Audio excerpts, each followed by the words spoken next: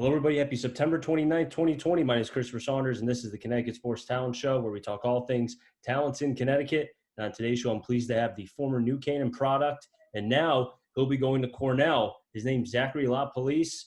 Zachary, it's great to be able to have you on, man. Thank you so much. Appreciate you having me. You know, this is a special day. You made your commitment of going, to go to Cornell to play football in, you know, when you have the chance to, whenever this coronavirus can kind of subside. But just let's not talk about that. Let's talk about the commitment. Kind of take me into the process of why you chose Cornell. Well, initially since PGing, I started a great relationship with Coach Archer and Coach Filippiano. Coach Filippiano actually recruited my brother to Harvard, so I've known him for majority of my life. But Cornell was one of the first schools in March that reached out and showed heavy interest, and I took that to heart when it came time to make a decision. But when it came down to sitting down with my family and talking about, what's going to be important for me after college, sometimes whenever football players do stop playing football, and I had to put that into perspective. And I would love to go to the NFL. Hey, if I can be a free agent somewhere or something, that would be the dream. But I knew Cornell had unspeakable opportunity that I just couldn't pass up, and I know a lot of people would love to have that. So. Now, you talk about the process, how it started in March and how it really started to really come together. Did it start even before that? Because you think about how, in baseball, where you have scouts who talk to kids when they're freshmen in high school and they follow them throughout their high school and even college careers. For you, was Cornell someone or a program that followed you through even your early years at New Canaan? I definitely think I had a couple meetings with Coach Backus back at the high school. I think my junior year and senior year when coaches were allowed to come to the high school and come visit a bunch of players that they were scouting, come see coach, come see what a day would be like at the high school. But nothing was really too serious in communication, just kind of those little meetings. But yeah. And take me into those meetings, even at the early stages. I know there really wasn't much that could really go on because of your age and such, but just what was your, I guess, take back from those discussions? It was really about how important of a decision it is for those kids that do go to Cornell. They always make something out of it academically and athletically. And football wise, I mean, they're a rising program. They're a motivated program. They have grit. I took a lot of that from what Coach Backus was saying, and it really subsided with me about being that kind of chip on your shoulder team that hasn't won the Ivy League championship yet. So. It really sounds a lot like New Canaan in a way, as far as you speak about the program and kind of the success at Cornell and kind of what, I've always felt like people who are comfortable in one position and have such success, especially from where you came from New Canaan, being around the amount of Division I, II, and III high volume talents, to now go to college and be around practically the same, basically, the colors are just the same, man. You might as well just put New Canaan in front of the Cornell name, you know what I mean? And it's nice to see the resemblance between both New Canaan and Cornell. Yeah, most definitely. Most definitely. Now, looking at the overall kind of landscape of you made the decision, now what is the next step? So the next step is to get through my PG year at Choate Rosemary Hall. So I actually leave for school on Wednesday.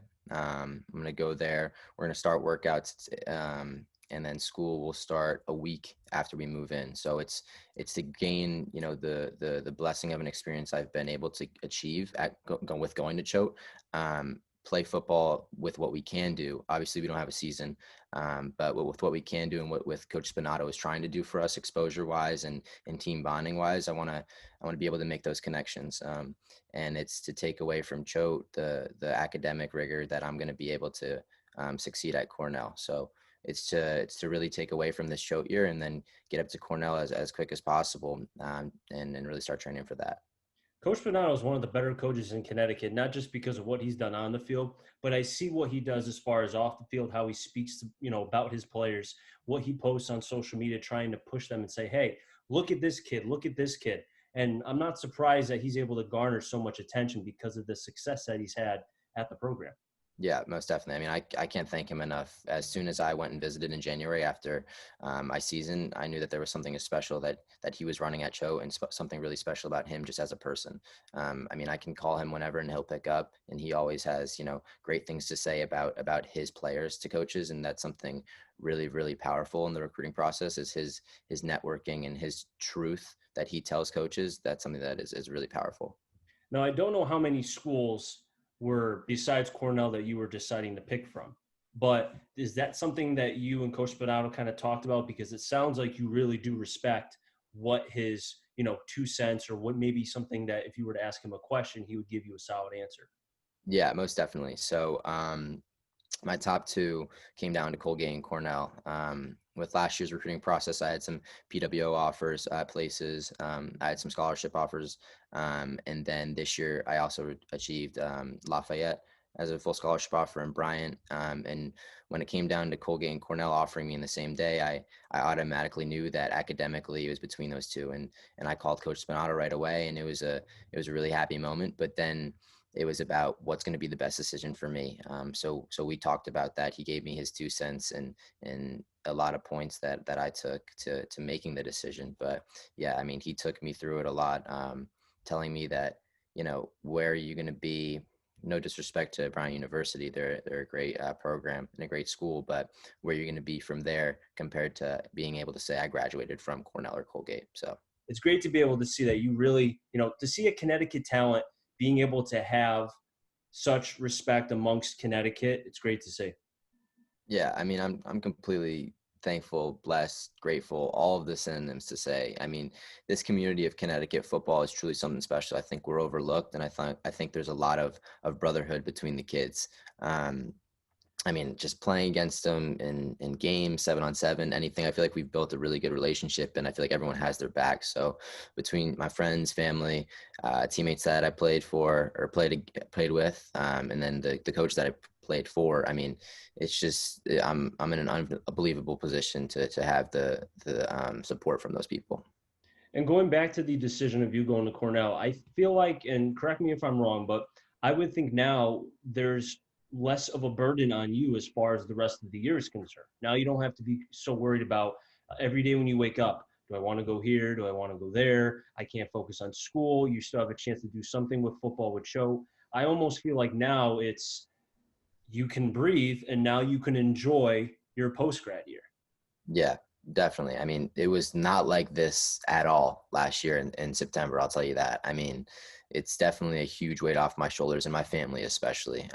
But yeah, like you said, I can't wait to get to Choate, and yeah, I feel like it's great weight lifted off the shoulders. Now, what position will you be playing at Cornell?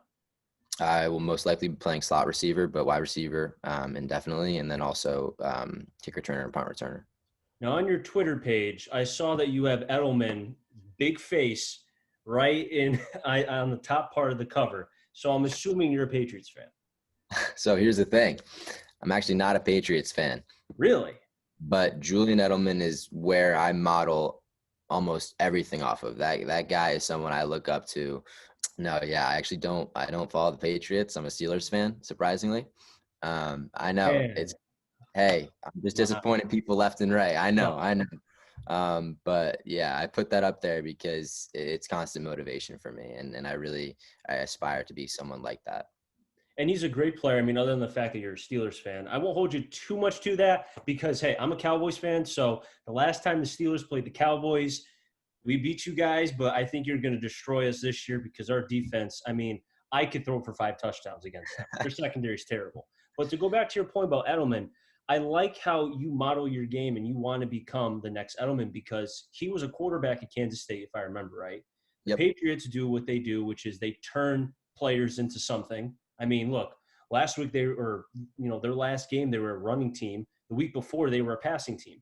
And Hmm. I think that's what makes them so unique. But going back to the Edelman point, what he has done with the Patriots, and I mean, look, there's talks about him potentially being a Hall of Famer. I don't think he is, but for what he's done in the postseason, he set the tone. He kind of gave guys like yourself, a bridge to now cross to have an opportunity, Most definitely. Yeah. you know? I Like, think that. no, Sorry, go ahead. no, you're good. Continue. I just think that I mean, everybody has their favorite player, you know. It started, well, for me, the reason I like the Steelers is because when I started playing football, my favorite player was Santonio Holmes. And one of my brother's favorite players was on the Steelers as well. So we just gravitated to the Steelers. My best friend grew up in Pittsburgh. So that's the Steelers background. But having that favorite player, I feel like as a kid is extremely influential. But it's a certain drive factor that you get as a high school athlete, because not only do you want to be like them, but you take their mindset into everything. And he was an underdog. I mean, his dad pushed him to be where he wanted to be and where he is now. And I think that's just every kid, in my opinion, should have a favorite player, not only to strive to be as an athlete, but to strive to be as a person. Are there any goals that you have for your freshman year that you want to accomplish? Because obviously, I know, most athletes that I know kind of have, okay, I just want to have this amount of starts. For a football player, it could be I want to have this many receptions, especially for a slot guy like yourself. The biggest thing is more so receptions and yards, and I would think touchdowns, because you're that gadget guy. You're the guy that can really be counted on in those yardage situations, third and maybe a little bit more than 5 or 6, give or take. Are there any goals for you your freshman year that you want to accomplish? Um, Specifically, as in yards and receptions, I don't think I have any specifically, but I know that I want to start at at least over 80% of the games.